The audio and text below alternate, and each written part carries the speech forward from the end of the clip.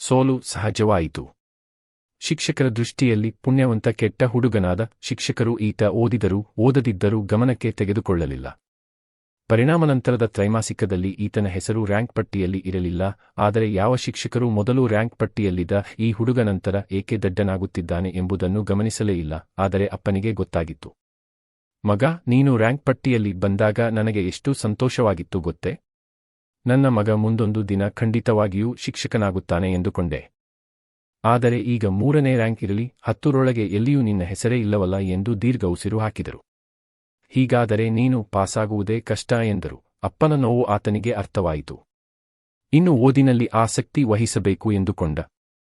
ಮುಂದಿನ ಬಾರಿ ನಾನು ಮೊದಲನೇ ರ್ಯಾಂಕ್ ಬರಬೇಕು ಎಂದುಕೊಂಡು ಆಸಕ್ತಿಯಿಂದ ಓದಲಾರಂಭಿಸಿದ.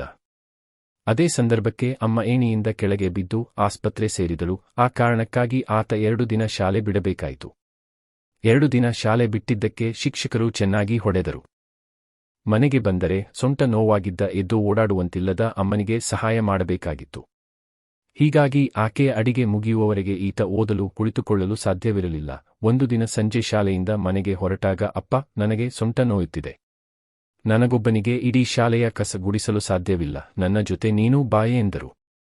ಪ್ರತಿದಿನ ಸಂಜೆ ಅಪ್ಪನ ಜೊತೆ ಕಸಗುಡಿಸಿ ಕತ್ತಲಾದಾಗ ಮನೆಗೆ ಬರುವುದು. ನಂತರ ಅಮ್ಮನಿಗೆ ಅಡಿಗೆಗೆ ಸಹಾಯ ಮಾಡುವುದು. ಬೆಳಿಗ್ಗೆ ಎದ್ದು ಅಮ್ಮನಿಗೆ ಸಹಾಯ ಮಾಡಿ ತಾನು ಸಿದ್ಧನಾಗಿ ಶಾಲೆಗೆ ಹೋಗುವುದು. ಮನೆಯಲ್ಲಿ ಓದುವುದಕ್ಕೆ ಅವಕಾಶವೇ ಇರಲಿಲ್ಲ.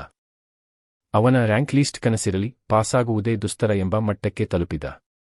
ಶಾಲೆಯಲ್ಲಿ ಹೋಮ್ ವರ್ಕ್ ಮಾಡಲಿಲ್ಲ, ಕಿರುಪರೀಕ್ಷೆಗಳಲ್ಲಿ ಪಾಸಾಗಲಿಲ್ಲ, ಒಂದು ಸಮವಸ್ತ್ರ ಧರಿಸಿಕೊಂಡು ಬಂದಿಲ್ಲ, ಕಂಠಪಾಠ ಮಾಡಿಲ್ಲ, ಸಮಯಕ್ಕೆ ಸರಿಯಾಗಿ ಬರಲಿಲ್ಲ.